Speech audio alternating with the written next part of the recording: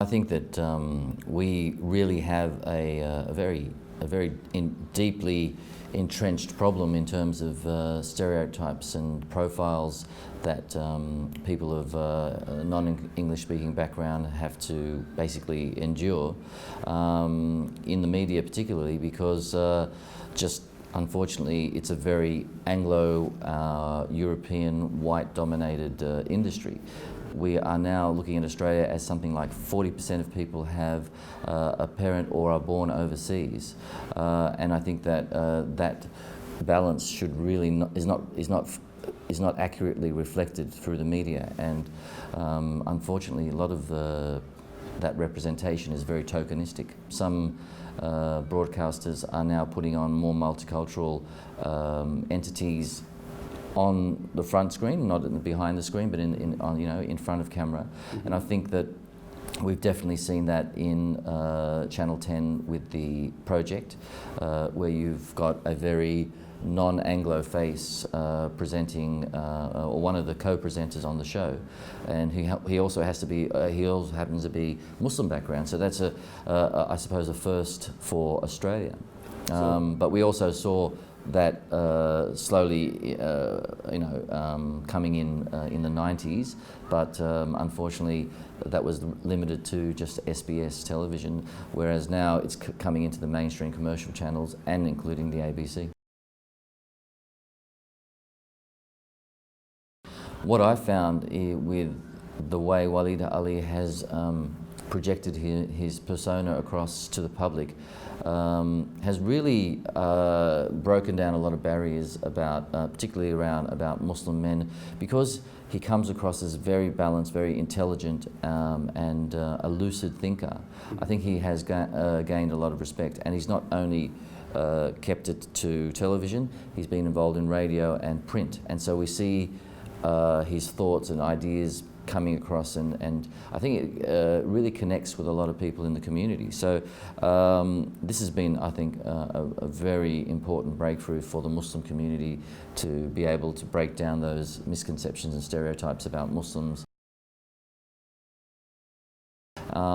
We've had comedians, for example, Nazim Hussain, Amar Rahman, and we've had Muslims on TV in shows like Amazing Race and in MasterChef. So those I suppose in the last 3 or 4 years have broken down some of those stereotypes and assisted in not just for Muslims but also broader migrant communities being represented in mainstream TV.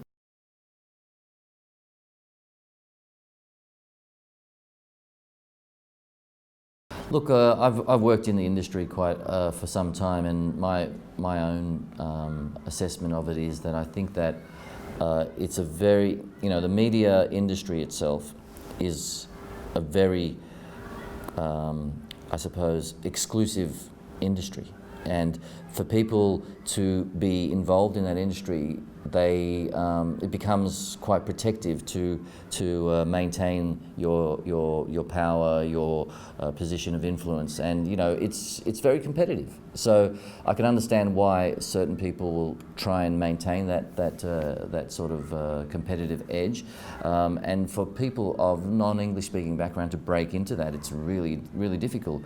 The people in power are those who are not of that background. They're usually white, Anglo background, and so they make the decisions, and they deliberately choose. If they want a Waleed Ali, it's up to them. It's not up to Waleed Ali to there's hundreds of Waleed Alis out there, but how many Waleed Alis are going to make it into that?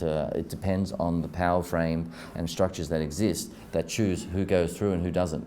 And we've seen that now with some multicultural faces in some of the in the drama series on TV, where we've got people who, you do have to have a certain look and a certain background. They won't just, like Greeks and Italians have been slowly, coming through and it's becoming mainstream. But now we're looking at Lebanese and we're looking at African or people of African background, but it usually, unfortunately, it's the lighter skinned Africans that are getting through. So this is a transitional period for us, but I think that what really needs to be made, changes really need to be made at a philosophical and policy level. Mm-hmm. At the moment, that's not there. We're at the whim of just a handful of people. Women and men in suits, usually white people, who make these decisions about who's in and who's out, and I feel that's really a shame. And I'm seeing that happening in SBS as well. I feel that SBS has gone backwards in terms of its multicultural nature and its outlook and its the message that it's trying to portray.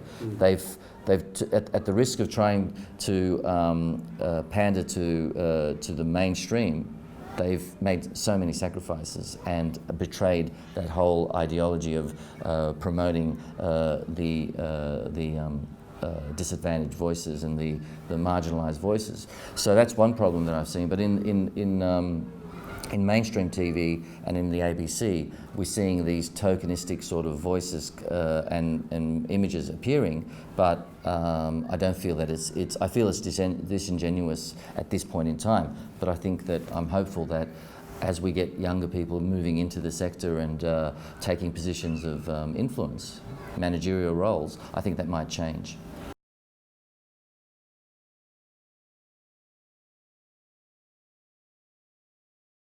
I think the government should be actively promoting a sort of a diversity in the media. I think that's an important part of it.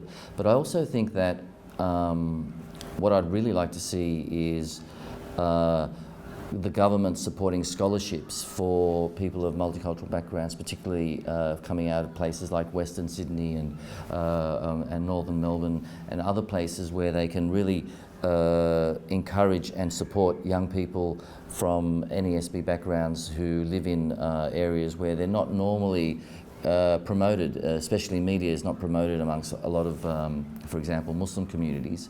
And we need to get more young people who are coming from that background. But it's hard when financial decisions, usually influence their career choices. And we need to get out of that mentality, and I think the government can play a role in promoting that.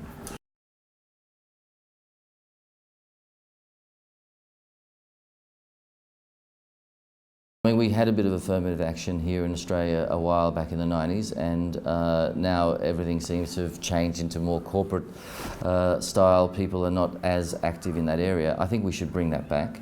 But I do believe that really the government, affirmative action it should be embedded in the government policies on all areas, both not just in media, but also in education and in other sectors such as emergency workers and politics. But I think that really the key area that I would like to see is funding being put into promoting the arts amongst non-English speaking background, particularly new and emerging communities from Middle East and South Asia as well as Africa. So I'd like to see that funding induction and also scholarships and awards and things like that being put towards that type of activity.